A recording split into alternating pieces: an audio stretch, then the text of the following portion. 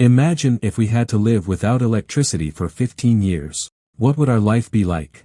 Can humans survive without electricity, or will we perish? Let's find out. The story begins in the old days of Chicago, where everyone had electricity. We see a little girl named Charlie watching cartoons, her younger brother Danny playing games on an iPad, and their mom, Rachel, talking on the phone. Suddenly, her husband Ben rushes home in a panic and tells them they don't have much time left. Rachel asks him what he is talking about. Suddenly, the lights in Ben's house start blinking, and his laptop starts downloading files, which are 100% downloaded in the next second. He then removes the USB from his laptop and attaches it to a metal locket. Meanwhile, on the highway, Miles and his friend were driving their car, where a line of cars was behind them, all of which were turning off their headlights one by one. Planes in the sky began crashing here and there, transformers on the ground exploded, and even the village tower turned pitch black. We then see the Earth from space, where electricity gradually disappeared from the Earth, moving from the north to the east and south, spreading darkness. It created a candlelight dinner atmosphere. However, for today's generation, the internet being down means the end of the world. We then hear a story that tells us that it has been over 15 years since Blackout Day. Since Blackout Day, electricity never returned, making all electrical devices useless, including car engines, jet airplanes, and even small batteries. Due to these things, everyone's conditions worsened on a large scale.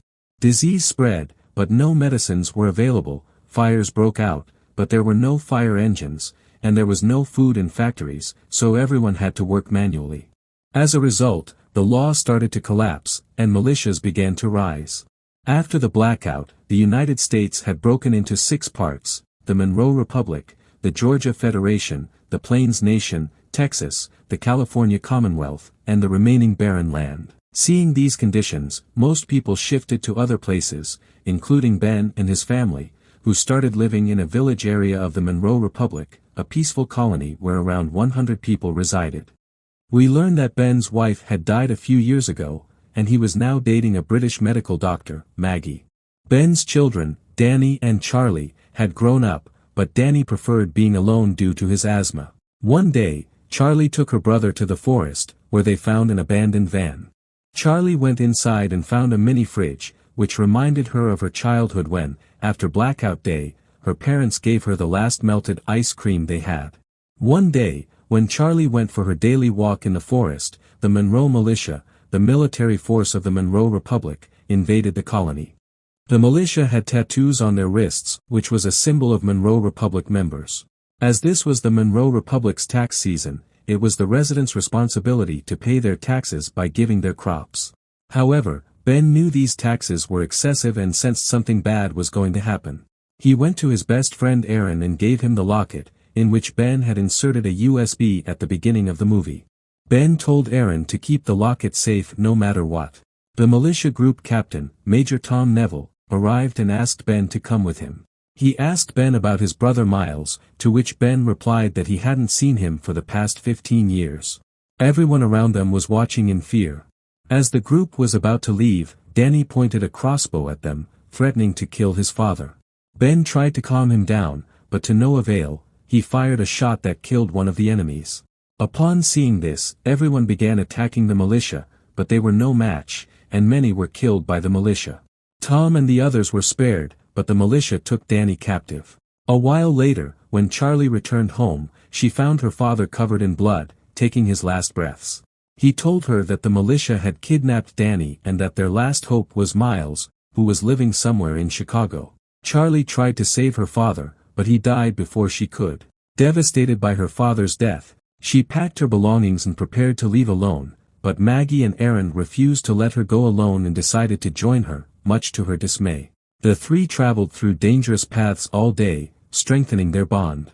The next day, while fetching water from a stream, Charlie encountered a boy named Nate, who made her stop in her tracks. With the world in a blackout, everyone was seen as a potential threat, and even a girl like Charlie had many thoughts running through her mind. Fortunately, Nate only asked her name and let her go. That night, Charlie and her friends found an abandoned plane to spend the night in. Unfortunately, it was the hideout of a scavenger group. Upon seeing them, the thieves approached, and one of them dragged Charlie away at knife point. Maggie tried to intervene but was overpowered by the scavengers. Here, sensing some danger, she uses her quick thinking and gives them whiskey to drink, which makes them vomit and die. Meanwhile, the last thief tries to kill Charlie, but suddenly Nate arrives and saves her. The next morning, Nate joins the three of them as they head to Chicago. Maggie is confused to see him in their team because Nate was a complete stranger to her. She warns Charlie not to trust him so easily, but after a while, she remembers that not everyone is bad, so she no longer has a problem with Nate. In the next scene, when Major Tom and his army are resting, Danny takes advantage of the situation and tries to escape. He unlocks his handcuffs and runs away, but after running a short distance, he has an asthma attack and collapses near a house. A few hours later, when he opens his eyes, he sees a girl pointing a gun at him. The girl introduces herself as Grace and asks where he came from. Danny tells her that some people kidnapped him, and he escaped and came here. Hearing this, the girl lowers her gun and gives him an asthma pump, explaining that it belonged to her deceased son. We then see the group of four finally reaching Chicago, which is in the Monroe Republic. The notable thing here is that the city is completely covered in plants, filled with fishermen, and cars like the Volkswagen Beetle have been turned into horse-drawn carriages. Following Ben's information, they reach a hotel and ask the bartender about Miles. At first, the bartender denies knowing anyone named Miles, but when Charlie tells him about her father's recent death, he reveals that he is Miles himself but asks them to keep his identity a secret. A while later, Miles takes his niece inside and talks to her privately. Charlie explains how the militia brutally killed her father and kidnapped Danny. She asks why they are after their family. Miles says that Ben must have known something about the blackout. He explains that the Monroe Republic leader, General Monroe, was a dictator who wanted to take over the entire country and the world. For that, he needed weapons like fighter planes, tanks, and even nuclear bombs. Since Ben was the only person who knew why the blackout happened, Monroe believed he could fix it. Hearing this, Charlie becomes even more worried about her brother Danny and asks her uncle for help. Surprisingly, he refuses, saying the task is too risky and they are not capable of doing it. Angry, Charlie prepares to return to her group. Seeing her upset, Nate goes to confront Miles, but Miles grabs Nate's hand and reveals that Nate is also a member of the Monroe militia and wanted to reach Miles with Charlie and her friends. Everyone is shocked, but before they can do anything, Nate escapes. Despite the militia knowing their location, Miles refuses to leave, believing he can face the entire army alone. Charlie and the others are ready to help Miles, but he angrily tells them to leave. Shortly after, Nate returns with many soldiers to fight Miles. Despite the number of soldiers, Miles skillfully uses swords to fight and kill them one by one. Charlie and her friends return and join the fight with Miles. During the battle, a soldier tries to kill Charlie, but Nate suddenly arrives and kills the soldier. A while later, Miles kills the militia captain, ending the fight. He then sets out with Charlie and the others to find Danny, which makes everyone happy. A while later, Miles suddenly remembers a flashback from Blackout Day. The scene shifts to the flashback, where after the sudden darkness, he and his friend get out of their car and go to a Marine Corps base. We learn that both of them are Marine police. To enter, they show the tattoo on their hands, revealing that Miles' friend, named Sebastian Monroe, is now the leader of the Monroe Republic. Meanwhile, Major Tom and his men follow Danny's footprints to Grace's house. Grace tries to save Danny, but when Tom threatens to kill her, she steps back, and Tom enters the house and captures Danny. After they leave, Grace secretly goes to the basement and takes out a locket similar to Aaron's. When she presses it, the room's light turns on. Grace connects the locket to a computer and starts chatting with someone. The person chatting with Grace is relieved that the militia didn't discover their hidden secret. In the present, Miles tells the group that they need to find an old ally named Nora, who is an expert in making explosives. Miles tells Charlie that if they want to save Danny, they need a fighter like Nora. Suddenly, they are attacked by some enemies, but Miles defeats them all. He captures one man and chokes him to get Nora's location. We learn that the militia has also captured Nora, and she is currently working as a servant in the military. That night, Miles decides to go alone, saying it's too dangerous for the others. However, the next morning, Maggie and Aaron discover that stubborn Charlie has also left with Miles, which they don't like at all. With no other option, Aaron gives Maggie the locket that Ben had given him. Grandpa also mentioned meeting a lady, who is none other than Grace from the channel. Although both are worried about Charlie, they believe she will be fine. They set out to find Grace, thinking she might be the key to bringing electricity back to Earth. Meanwhile, Major Tom leads his team back to their base when they suddenly hear a gunshot. They change their route to follow the sound of the gunshot, eventually reaching a small house. They discover that in the Monroe Republic, ordinary people are not allowed to keep personal guns and ammunition, which is why everyone uses crossbows and other weapons. Major Tom threatens the homeowner to hand over all his weapons. The man, fearing he will be killed even if he complies, takes out a gun and shoots one of the men standing outside. Major Tom then shoots and kills the man. After all this, we see a frightened Danny. In the next scene, we are introduced to General Monroe at the militia's base, who is behind all these evil deeds. Monroe asks a man about his weapons, but when the terrified man doesn't respond, Monroe brutally kills him. Monroe then goes to another room where we find out that this is Ben's wife, Rachel, whom we thought was dead. Monroe tells Rachel that Ben is dead, which deeply upsets her. Meanwhile, Charlie spends the entire day wandering in the forest and finally finds her uncle.